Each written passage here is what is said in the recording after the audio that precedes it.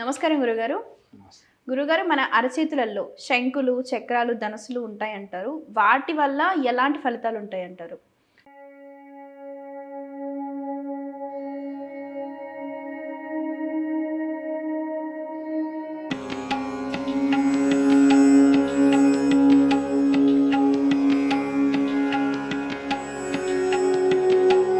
చక్రాలు మన 10 ఏళ్ళ కలిపి ఇవి కూడా చక్రాలు చూసుకోవాలి.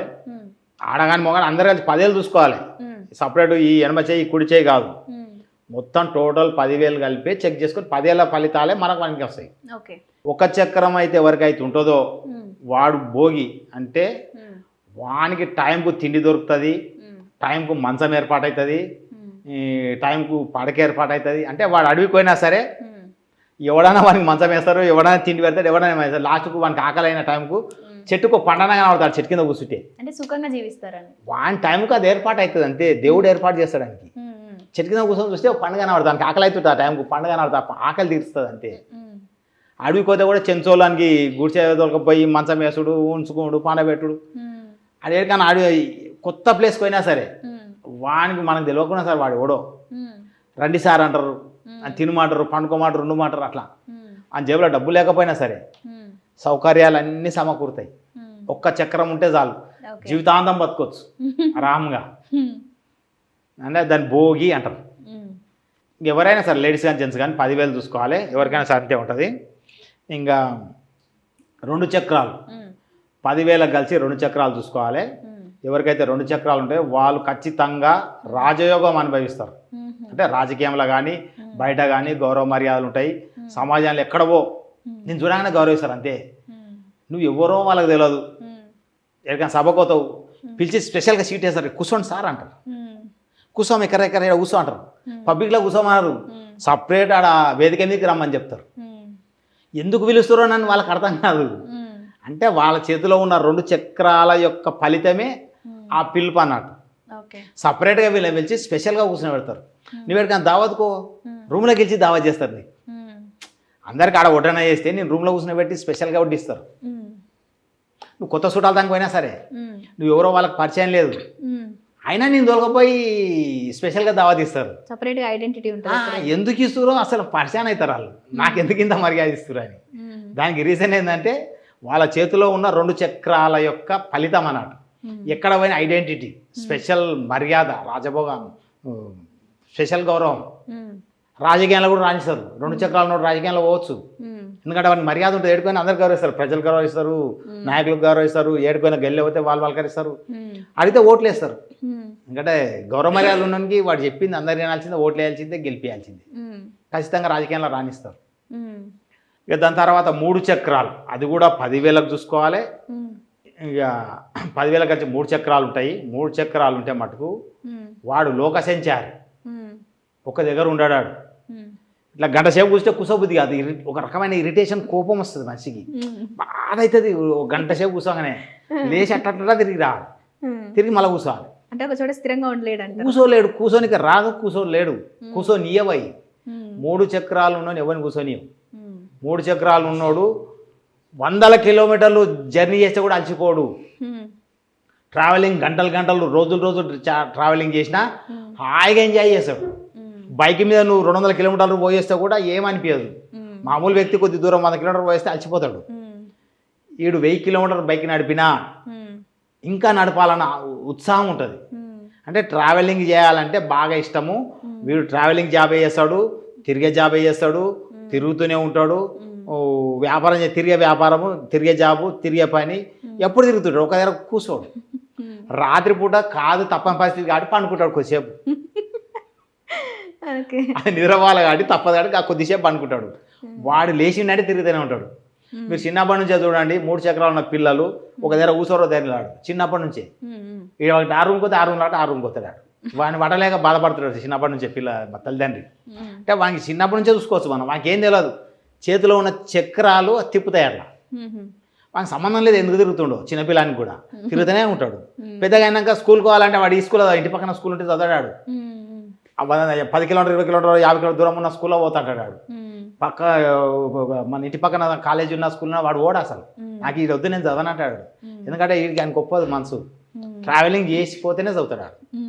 అంటే కారు బైకు సైకిల్ ఏదో ఒకటి, బస్ అన్న దూరం ప్రయాణం చేసి పోయి వస్తేనే వానికి ఇష్టం. ఓకే. బిజినెస్ చేసేటప్పుడు దగ్గర బిజినెస్ చేయడు, తిరిగే బిజినెస్ చేస్తాడు, ఒక దగ్గర కూర్చోడు. ఇక ఎక్కువ ట్రావెలింగ్ చేసే వాళ్ళంతా ఈ 3 చక్రాలు ఉన్నోళ్ళే ట్రావెలింగ్ చేస్తారు. వాళ్ళు ఎన్ని గంటలు ట్రావెలింగ్ చేసినా అస్సలు అలసిపోరు, బాధపడరు, ఎప్పుడు సంతోషంగానే ఉంటారు. అరే వీడియందరూ ఇంత సంతోషంగా ఉండని మనం అనుకుంటాం, కానీ వాని చేతిలో ఉన్న ఈ చక్రాల వల్ల వానికి ఆ ఎనర్జీ ఉంటుంది. ఓకే. ఇక అస్సలది ఒకటి ఉంది ఇప్పుడు చెప్పేది, 4 చక్రాలు. 4 చక్రాలు ఉంటే వానంత దరిద్రుడు భూమి మీద లేడు. అయ్యో, వానితో ఎవడు దోస్తాను చేసిన నాశనం కావాల్సిందే నిజంగా. 10,000 కలిసి 4 చక్రాలు చూసుకోవాలి. 4 చక్రాలు ఎవరి చేతులు అయితే ఉన్నాయో వాడు ఆ ఇంట్లో ఉట్టంగానే ఇల్లు దివాళి తీస్తుంది. వాడు పుట్టిన మరుక్షణమే సమస్య వస్తుంది, బాధ వస్తుంది, ఆ ఇంట్లో కష్టాలు వస్తాయి. వాడు పెరుగుతున్నా కొద్దీ ఆస్తి తరిగిపోతుంది. ఆ ఇంట్లో వాడు పెరుగుతుంటే వీళ్ళు కోట్ల రూపాయలు ఆస్తున్నా సరే మెల్లమెల్ల తగ్గుంటూ వస్తుంది. వీడు పెరుగుతుంటాడు, ఆస్తి తరిగిపోతుంటుంది. కథం ఇక వీడు ఏడుంటే ఆడ ఆస్తి పోతుంది, వీడు ఏడుంటే ఆడ నాశనం అవుతారు. ఇక అలాంటి వాడు భార్య ఏం చేస్తున్నా భర్త ఏం చేసినా కొద్దిగా కవర్ అవుతారు. అప్పటిదాకా మటుకు వాడినంత దరిద్రుడు ఇంకోటి ఉండడు. ఇలా 4 చక్రాలు ఉన్నోడు ఎవడైతే ఉంటాడో వాడు బిజినెస్ చేస్తే మొత్తం నాశనం అయిపోతుంది. వాడు డబ్బు వేస్తే వాడు వేసిన డబ్బు అంతా పరిగెడుతుంది, ఇంట్లో ఉండదు. 4 చక్రాలు ఉన్నోడు ఎవడన్నా పైసలు ఒక 50,000 తీసుకొని వానికి ఒక 10,000 ఇవ్వండి, 5,000 10,000 2,000 ఇవ్వండి. ఆ నోటు లెక్క పెట్టాలి మీరు, సీరియల్ నోట్ సీరియల్ లెక్క పెట్టేసి వాడిని ఏంచమనాలి. ఏంచినాక ఆ డబ్బు మనం తీసుకొని 1,00,000 రూపాయలల్లా కలిపేసేయాలి. వారం అయినాక మళ్ళీ చెక్ చేస్తే వాడు ఏంచిన నోట్లే వెళ్ళిపోతాయి బయటికి, మిగతా నోట్లు అన్నీ అట్లనే ఉంటాయి. మనం ర్యాండమ్గా తెలియకుండా అవసరం వచ్చి తీస్తే అదే నోట్ పోతుంది బయటికి. వాడు ముట్టుకున్న డబ్బు ఆగదు, వాని పేరు మీద ఉన్న ఆస్తి ఆగదు, వాని పేరు మీద ఉన్న ఏ వస్తువు ఆగదు. భూమి మీద వాడినంత దరిద్రుడు ఇంకోటి లేడు. 4 చక్రాలు ఉన్నోడు వాడు పరమ చెండాడు అనుకో, వానికి తెలియదు అని వాని జాతకమే అంత. వాని దగ్గర ఏ ఆస్తి ఆగదు. వాని పేరు మీద భూమి చేస్తే భూమి అప్పల పాలవుతుంది, వాని పేరు మీద ఇల్లు చేస్తే ఇల్లు పోతుంది. ఇక వానికి అకౌంట్లో పైసలు రాగానే సమస్య వస్తుంది. ఇంకొకటి ఇద్దుడు, వాని అకౌంట్లోకి 1,00,000 రూపాయలు వచ్చినాయి అనుకో, టక్కున ఇంటికాడ పిల్లగానికో భార్యకో సమస్య వస్తుంది, బాధ అయితే హాస్పిటల్కి పోతాడు. ఈ డబ్బు ఉన్నాయి ఆడ కడతాడు. కరెక్ట్ హాస్పిటల్కి పోతే 1,00,000 రూపాయల బిల్ అవుతుంది, వీని అకౌంట్లో ఉన్న 1,00,000 దాన్ని కడతాడు.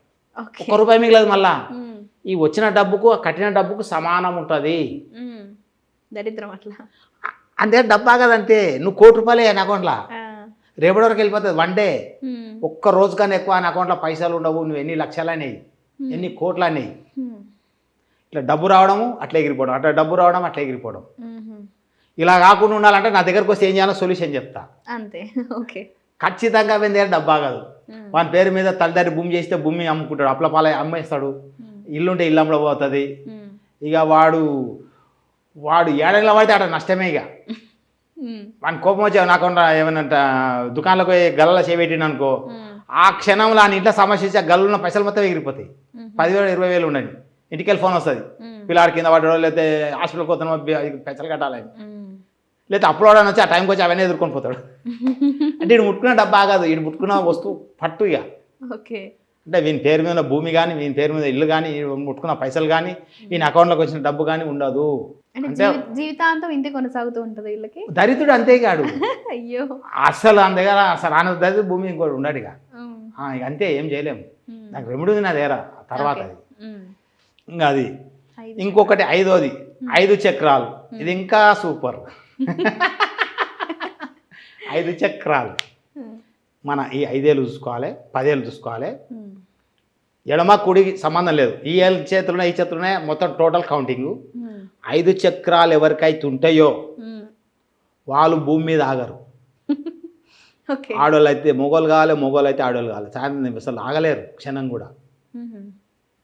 ఇక ఈ రోడ్డు మీద ఉండే వేషాలు కానీ, లేకపోతే పొరగాలు అమ్మాయిలు ఇంకా వాడు ఉరుకుతుంటారు చూడు, రేప్ కేసులు, ఇవన్నీ చక్రాలు ఉన్నోడే చేస్తాడు, మీకు తోడు చేయడు. అంటే వాని మనసు ఆగదు. చిన్నప్పుడు అంతా సంబంధం లేదు. ఒక 16 ఏళ్ళు 17 ఏళ్ళ వయసు వస్తుంది. వయసు వచ్చినప్పుడు ఏమైతే అంటే ఈ జీన్స్ ఉత్పత్తి అవుతాయి. 5 చక్రాలు ఉన్నోనికి యవ్వం ఎక్కువ, యవ్వనం అంటే ఆ జీన్స్ ఎక్కువ ఉంటాయి. వాడు అసలు ఆగడు. ఆడోళ్ళు అయితేనే భర్త బయటకు పోగానే భార్య తిరగబోతుంది. ఆడోళ్ళు అయితే తిరగనికపోతారు. వాళ్ళకి ఖచ్చితంగా మగ పిల్లాడు కావాలి. అంటే ఆడవాళ్ళకి మగవాళ్ళకి ఆడ అంటే ఆపోజిట్ వాళ్ళు ఖచ్చితంగా కావాలి. మగ పిల్లాడు ఉంటే ఆడవాళ్ళు వెనక పడిపోతాడు. వాడు ఎవరు కనబడితే వాళ్ళు వెనక పోతూనే ఉంటాడు.